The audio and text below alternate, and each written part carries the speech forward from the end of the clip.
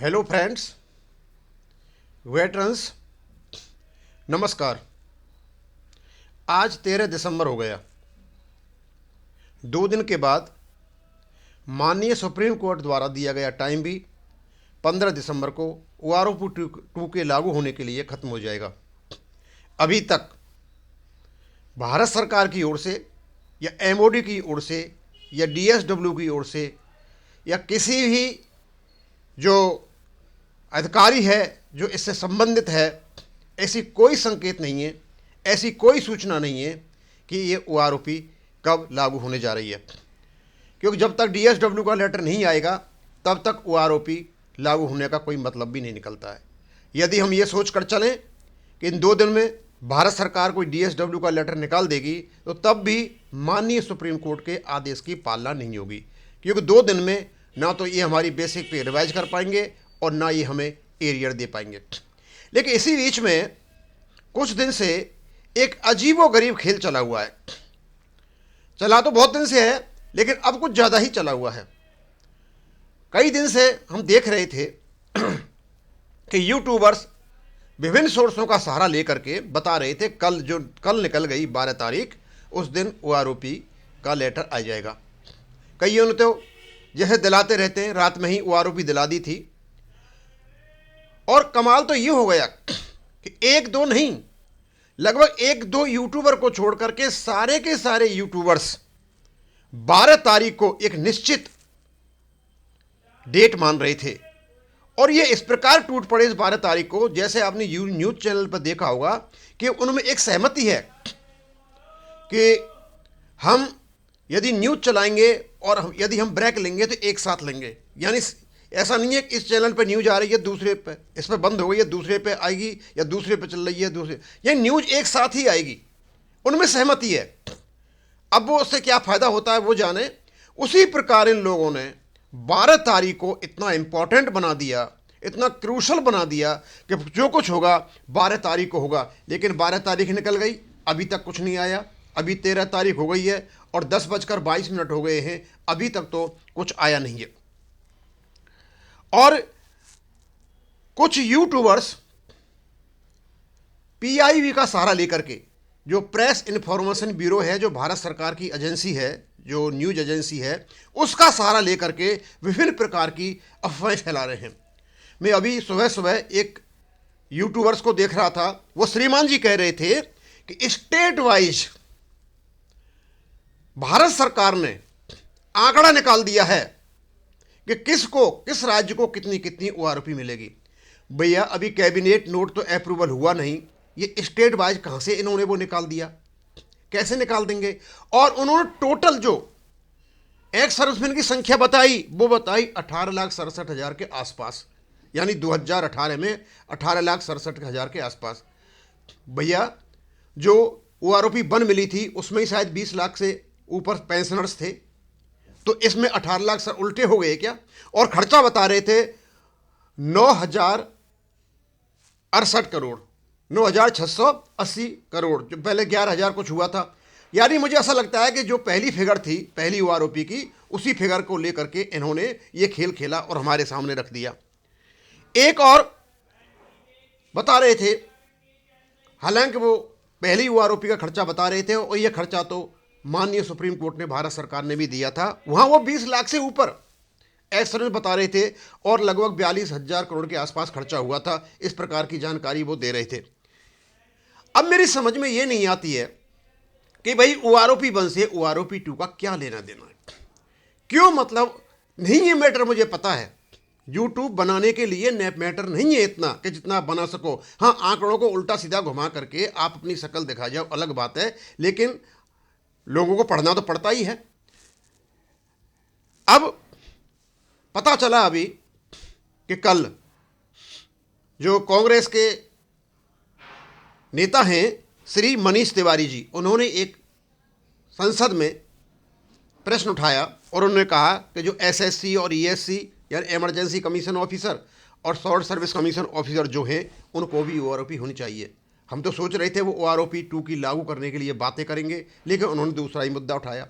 अब यहाँ ये बात समझ में नहीं आ रही है कि पहले तो ये सारी पॉलिटिकल पार्टीज ओआरओपी दिलाने के लिए ये मैदान में कूदती थीं।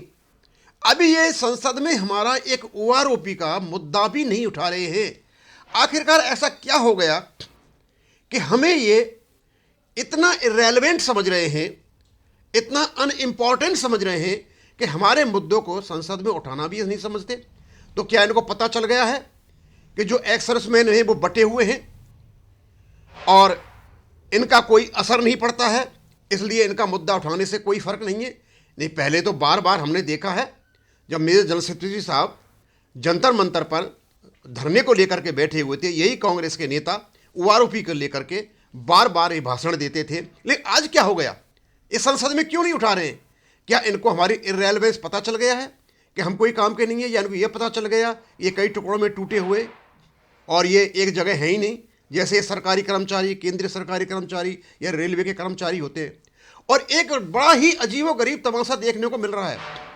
ठीक है, हम एक्स सर्विसमैन हैं, लेकिन साथ में ये भी न भूलें कि हमारा एक प्रकार का व्यवहार है, हम डिसिप्लिन्ड हैं। लेकिन कुछ एक्स सर्विसमैन ईगो में आकर के बंदरों जैसी हरकतें कर रहे हैं। अरे भाई, तुम कोई भी चीज़ दिखाते हो, यूट्यूब पर जब आती है ये पूरा विश्व देखता है, और जब कोई ये देखेगा कि यार इस प्रकार के एक्स सर्विसमैन इंडिया में, तो उसमें बदनामी होती है। और मैं आपको बताना चाहता हूं कि कुछ एक्स सर्विसमैन ने तो मुद्दे उठा रखे, सही मुद्दे हैं, मैं ये नहीं कहता गलत मुद्दे, एमएसपी का, इक्वल फील्ड अलाउंसेज का, इक्वल डिसेबिलिटी का। भाई यही मुद्दे नहीं है, ये तो मुद्दे हैं, ज्वलंत मुद्दे हैं, इसको सरकार नहीं सुलझाएगी, क्योंकि ये पे कमीशन द्वारा निर्धारित किए हुए मुद्दे हैं, इनको सिर्फ कोर्ट सुलझाएगा। लेकिन मुद्दे तो उसके अलावा भी हैं, उन पर कोई ध्यान नहीं देता। मुझे ऐसा लगता है वो पढ़ना पड़ता है। हमारे पे एंड अलाउंसेज में जो घात लगा करके ये लोग बैठे हुए वो कम कर दिए गए हैं। ऑनरेरी जो नायब सूबेदार हैं उनके साथ अत्याचार हो रहा है, जो सर्विंग नायब सूबेदार हैं उनकी पे एंड अलाउंसेज को कम कर दिया गया है, एक्स सर्व के सिपाही को कम कर दिया गया है, ऑनरेरी कैप्टन लेफ्टिनेंट को कम कर दिया गया है।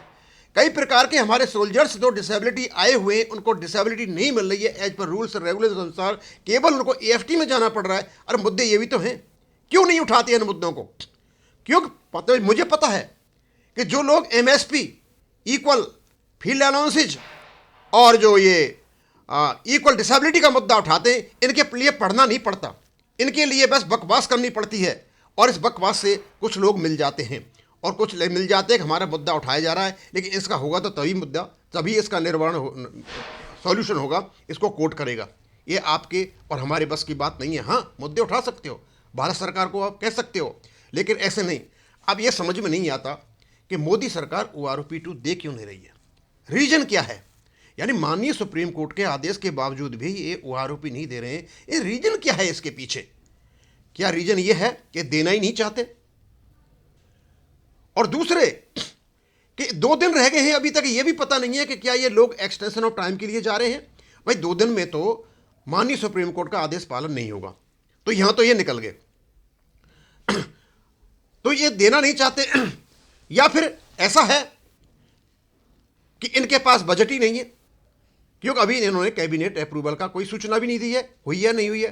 कहीं ऐसा तो नहीं है कि इनको पता चल गया है कि हम अब इररेलेवेंट हो चुके हैं इनके लिए, अब हम पर कोई इन पर असर नहीं पड़ता है, और जो हरकतें हमारे कुछ एक्स सर्विसमैन कर रहे हैं, शायद भारत सरकार ही इनको पास पढ़ा रही हो कि ठीक है तुम्हें ताकत है तो ले लो। रीजन तो कुछ न कुछ है, क्यों हर व्यक्ति हर चीज़ को बताता जा रहा है। एक और न्यूज आई थी मेजर जनरल सतबीर सिंह साहब की, अब वो तो वही बताएंगे जो है। ये तो सुप्रीम कोर्ट में ही कही गई थी, सारी कार्रवाई पूर्ण हो गई है, लेकिन अभी कैबिनेट अप्रूवल नहीं हुआ है, तो इसमें हो सकता है टाइम लग जाए। यानी आज तक और अभी तक ऐसा कोई भी संकेत नहीं है कि भारत सरकार का जो डिपार्टमेंट है डीएसडब्ल्यू कोई लेटर ओआरओपी पर निकालने जा रहा है। और यदि आज भी निकाल देते हैं बहुत अच्छी बात है, लेकिन लागू तो नहीं हो पाएगी। माननीय सुप्रीम कोर्ट का जो आदेश है वो तो पालन नहीं हो पाएगा, वो तो आज की तारीख तक या 16 तारीख तक पूर्ण रूपेण वहाँ इनको एप्लीकेशन बताना था कि हमने इसको लागू कर दिया है, एरियर भी दे दिए हैं, और उनकी जो बेसिक पे है वो भी इनकी रिवाइज कर दी गई है। तो ऐसा तो 2 दिन में हो नहीं सकता। और सबसे बड़ी जो विस्मयकारी चीज़ है वो ये है कि अभी तक ये पता नहीं है कि भारत सरकार एक्सटेंशन ऑफ टाइम के लिए गई है, उसके लिए तो पहले ही अप्लाई करना पड़ता है, या फिर वो चले गए हैं, माननीय सुप्रीम कोर्ट ही इसको छुपा करके बैठा है। और लास्ट दिन जिस दिन 16 तारीख होगी उस दिन उनके वकील जाएंगे और वहाँ से डेट लेकर के आ जाएंगे। अब ये जितने भी यूट्यूबर्स हैं जो झूठ बोलते हैं सुबह से लेकर शाम तक, जिनको हम ही बढ़ावा देते हैं क्योंकि इनको देखते हैं, इनको व्यूज चाहिए बस और इनका काम हो जाता है, उस प्रकार के रंगों में ला करके बातें करते हैं जैसे इन पर हम एकदम टूट पड़ते हैं, इनको व्यूज मिल जाते हैं और ये दूसरे दिन के लिए झूठ बोलने को तैयार हो जाते हैं। मैं आपको बताना चाहूँगा, अभी तक भारत सरकार की ओर से ऐसा कोई संकेत नहीं है कि उन्होंने OROP का अप्रूवल जो कैबिनेट नोट हुआ या नहीं हुआ है, या ये टेबल निकाल रहे हैं या नहीं निकाल रहे हैं, क्योंकि यदि आज भी ये टेबल निकालते हैं तो माननीय सुप्रीम कोर्ट के आदेशों का पालन नहीं होता है। बस मैं इसको यहाँ ही ख़त्म करूँगा। थैंक यू, धन्यवाद।